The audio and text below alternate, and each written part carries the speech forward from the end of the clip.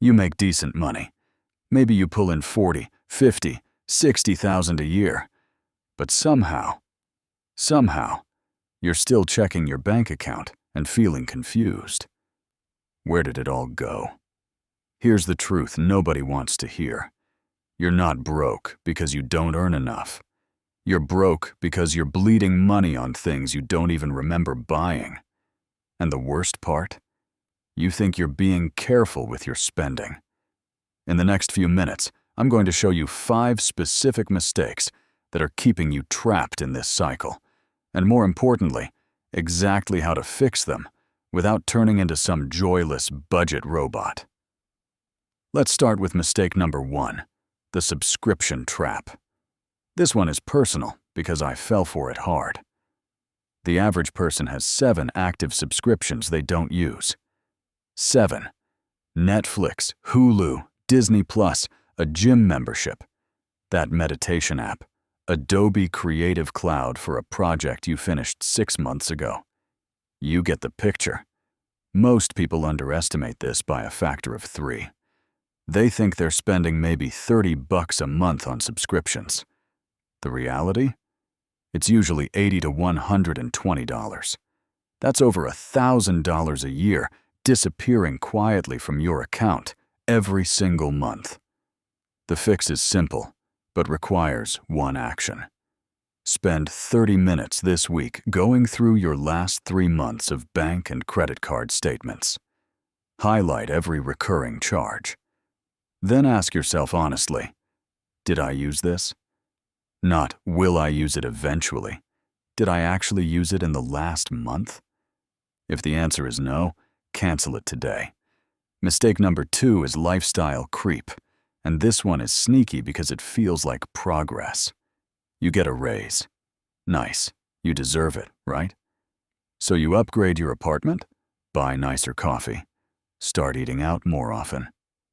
Your baseline spending rises by 15%, which sounds small until you realize you're now spending an extra $300 monthly on stuff that used to feel like luxuries. 5 years of raises later, you're making significantly more, but you're still broke because your expenses grew right alongside your income. The trap is that you stop noticing. It becomes your new normal. Here's how to stop it. Whenever you get a raise, a bonus, or unexpected income, commit to keeping 70% of it for yourself and moving the other 30% to savings or investments before you spend anything. This way, you still get to enjoy your higher income. You buy the better coffee, you go out more, but you're not surrendering every dollar to your lifestyle. Mistake number 3 is what I call the convenience tax. You're paying $5 for coffee because you didn't plan ahead. You're ordering groceries because you didn't meal prep. You're buying a replacement phone charger for the 3rd time because you lost the first 2. Convenience costs money. Always has. Probably always will. But here's the number that should scare you. The average person spends about $40 a week on convenience purchases. That's quick food, forgotten items they rebuy, last-minute shopping. Over a year, that's $2,080. $2,000 for things you could have planned for. The fix isn't to become hyper-organized overnight. It's to identify your top 3 convenience spending categories and attack just those. If it's coffee, invest $15 in a decent travel mug and make it at home 5 days a week. If it's food, spend 1 hour on Sunday prepping meals. If it's miscellaneous junk, keep a running list on your phone so you actually remember what you need before you leave the house. Mistake number 4 is emotional spending, and this is the one that separates people who get rich from people who stay broke. You had a bad day at work, so you scroll through Amazon and buy something you don't need. You're stressed about money, so you buy coffee and a pastry to feel better. You're bored on a Sunday, so you hit the mall. Emotional spending isn't about the objects, it's about the feeling. And retailers know this. They've spent billions researching exactly how to trigger this in you. The average person makes about 2/3 of their purchases based on emotion rather than necessity. That's not a character flaw. It's how human brains are wired. So the fix isn't willpower.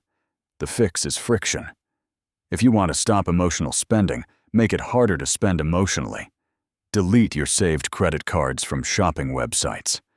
Unsubscribe from marketing emails. Wait 72 hours before making any non-essential purchase. If you still want it after 3 days, fine. Usually, you won't even remember you wanted it. Mistake number 5 is not negotiating. People think negotiation is for car dealerships and real estate. Wrong.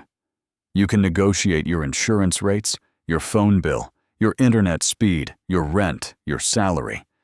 The companies are literally hoping you won't ask.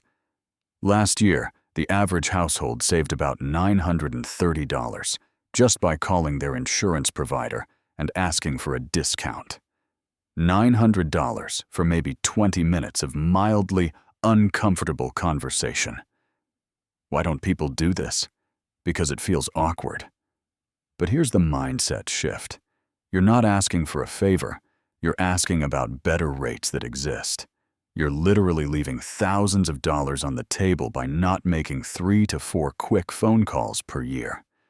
So here's your action plan for this week. Day 1, audit your subscriptions. Day 2, commit to keeping a percentage of any future raises. Day 3, identify your top convenient spending category and make one change. Day 4, delete your saved payment methods from shopping sites. Day 5, schedule one negotiation call. Insurance, internet, anything. That's it. 5 small actions that compound into hundreds or thousands of dollars saved annually without sacrificing anything that actually matters. You're not giving up your lifestyle. You're just stopping the hemorrhaging. And that's how you finally break the broke cycle. If this video helped you see your spending differently, like and subscribe for more personal finance content that actually works. No fluff, no get-rich-quick schemes, just real money tips you can use today. Thanks for watching, and I'll see you in the next one.